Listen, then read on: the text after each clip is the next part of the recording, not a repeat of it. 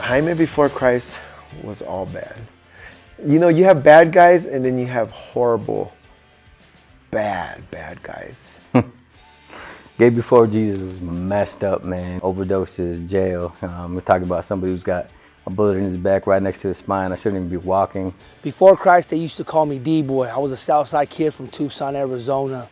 I was a knucklehead, just living the street life. Man, I struggled really, really hard with my addiction. I couldn't keep a needle out my veins.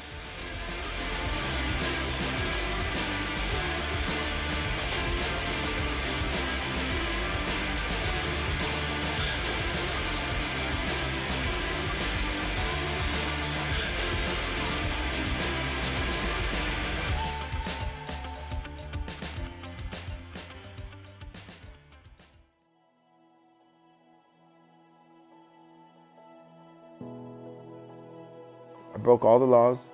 I was manipulative. I was a drug dealer. I was a gangbanger.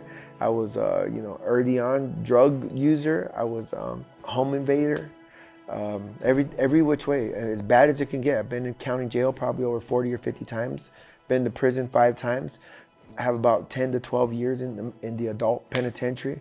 I mean, you name it, I've done it. High-speed chases, money laundering, everything. Before Christ, but that's why it's raw, because people see me and they're like, there's gotta be a God. The turning point for me was I was in a jail cell, and I came to a point where I'd already been prison 5 times. I was out of chances, I was out of everything. I'd been running from God. I knew that God was calling me my whole life. I just knew in the back of my head, But at that point, I hit all the rock bottoms and I was losing my daughter and everything.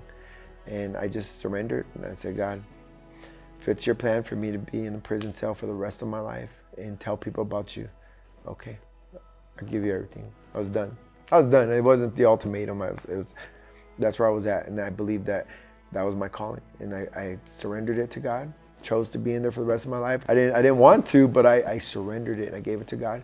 And God had a second chance. He gave me a second chance and I'm not gonna burn it up. What is this weekend about? I say it's like Schindler's List, the movie, where there was a German that was buying the Jews for his factories, and he realized he was saving their lives. And towards the end, when he knew that the Nazis were killing all of them, he started giving up his watch, his everything. He realized like the value of every Jew that he would get was saving a life. And I have that same look when I think about the mountain. I think every single seat that I can get every person I can get up here, that I can just motivate to get up here, is a potential life that's saved. It's not information, it's transformation. August 26th of 2022, we came to this exact mountain. I felt the chills right when they were baptizing guys. I felt the chills of the Holy Spirit. And I said, Lord, is this you? If this is you, if you know every hair on my head, if you knew my name before my mom's womb, if you're really the God they talk about, I said, I'll surrender my life. I'll be locked up with you for the rest of my life. All I ask in return, Lord, is that you restore my kids' innocence that I stole from them. That's when I accepted Jesus Christ. That was my day, my new birthday, August 26th of 2022. And that was my first day of sobriety. Today I stand before everybody, 3 years of 100% sober. Let's go, Jesus.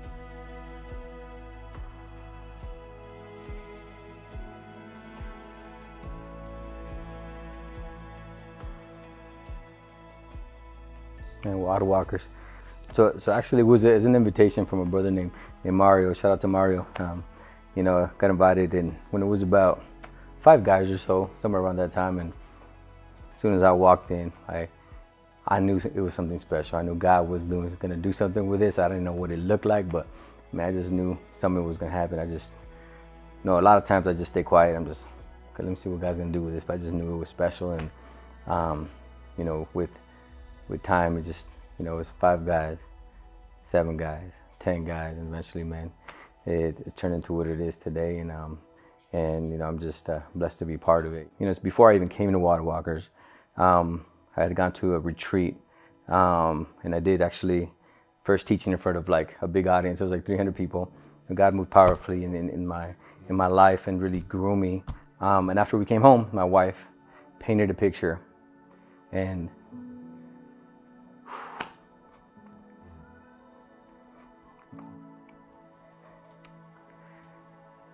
oh, you're so good, God.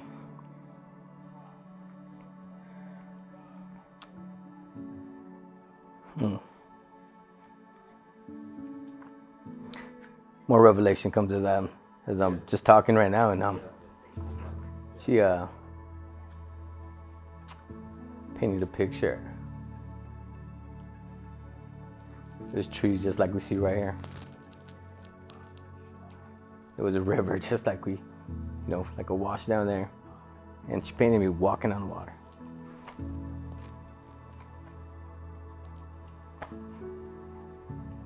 This is what she painted.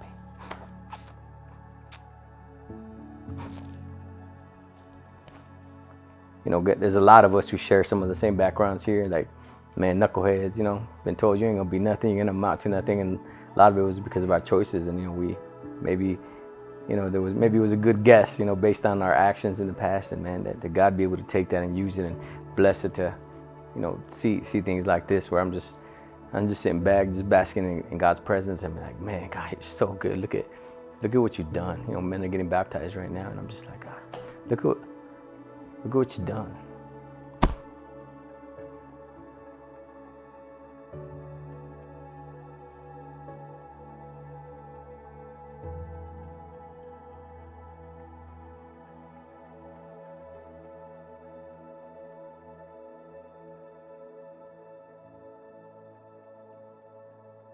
If you would have asked me 2 days ago, how are you?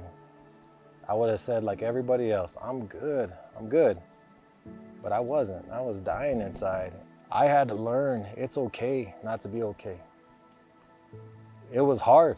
It was hard to admit that. I wanted to act like I was strong. I wanted to act like I was still that person, I was strong enough to get myself back up and survive the way that I did, but I was surviving, but I wasn't thriving.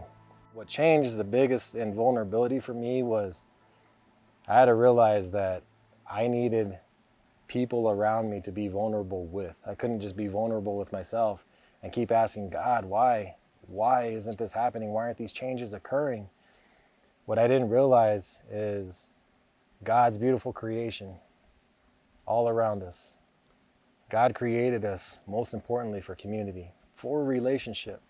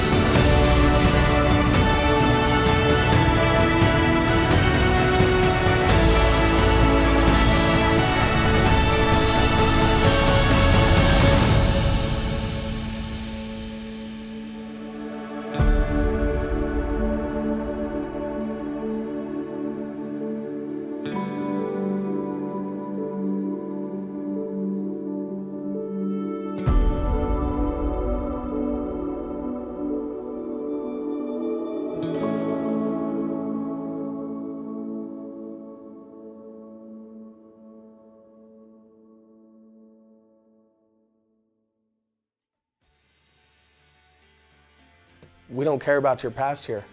We care about you. We care about loving you and accepting you unconditionally, just saying, hey, we are here for you, brother. And if you don't make it to something like this, then you're gonna be missing that opportunity to watch heaven's gates just open wide and rain down the love of God on you in a way that you've never felt before. It's for any man that, at all levels. It's not just for a drug dealer, a drug user, a gangbanger, an ex-prison member. It's for anybody. We have pastors, we have 10-year, 20-year veterans. Just come and watch the power of God move in your life. There is something for everybody at these retreats, man. And I'm just so blessed to be a part of it. As long as I have breath, I think I'll be coming back to the empowerment for sure. All the brothers with their hands up, everybody crying. The Holy Spirit moves. This retreat, this place is worth coming to. You will not leave the same.